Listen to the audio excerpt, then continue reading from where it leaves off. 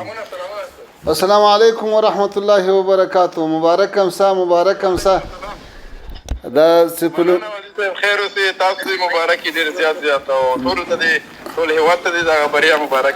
دا په لومړي ځل باندې سیمي فاینل ته ووتلو. دا یو ډیره لویه بریا ده او د نن بریا او د تیرې ورځې بریا دا یو لوی زیری دی، یو لویه خوشحالي ده. الحمدلله چې افغانان په هر ډګر کې وړاندې روان دي. موږ خو دا سیاست او پالیسي داسې لوبې باید له سیاست نه جلا وساتو او د تاسې دغه کامیابي د ټولو د خوشحالۍ سبب شو او د لوبو په برخه کې چې کوم زیار او تکلیف تاسې کاږئ ټولو ځوانانو ته یو ښه فکر ده. ځوانان له ډیرو غلطو فکرونو، له نشو او له اختلافاتو نه راګرځي. دا ټولو کې د تاسې خیر ده.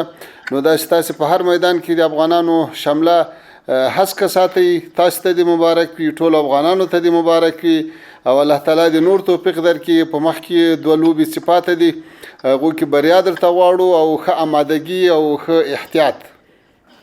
انشاءالله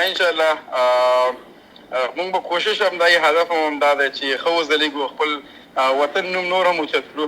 ټولو لوبغاړو په نمایندګۍ ډېره زیاته مننه او په دې انشاءالله روانو لوبو کې هم همدغسې ښه وځلیږو او ستاسو د سپورټ نه، ستاسو د دعاګانو نه همیشه مونږ ته دعا کړې ده، مونږ هم سپورټ کړي یو. نو نړۍ مننه او انشاءالله لوبډله ډېره چمتو ده په دې چې دا روانو لوبو کې دې نه هم ښه وځلیږو او خپل هیواد ته نورې خوشحالۍ هم راوړو. د خیر الله تعالی مو له بریاو نه برخمن لره. خدای تعالی هم کامیابه راستانه که. همدغه کامیابۍ چې دا اوس حاصلې شوې دا هم ډېرې لویې لاسته راوړنې دي چې د افغانستان نوم په نړیوال ډګر باندې رالوړ شو. خدای تعالی دې همیشه همداسې سرلوړي لري. ډېره مننه. ټولو ملګرو ته د ما لخوا سلامونه وایه، ټولو ته مبارکي ورکړه او الله تعالی هم کامیابه لره. ټولو ته به زه انشاءالله مبارکي ورسوم. نړۍ مننه. خوشحاله اوسه. خدای مل شه. په مخه ښه.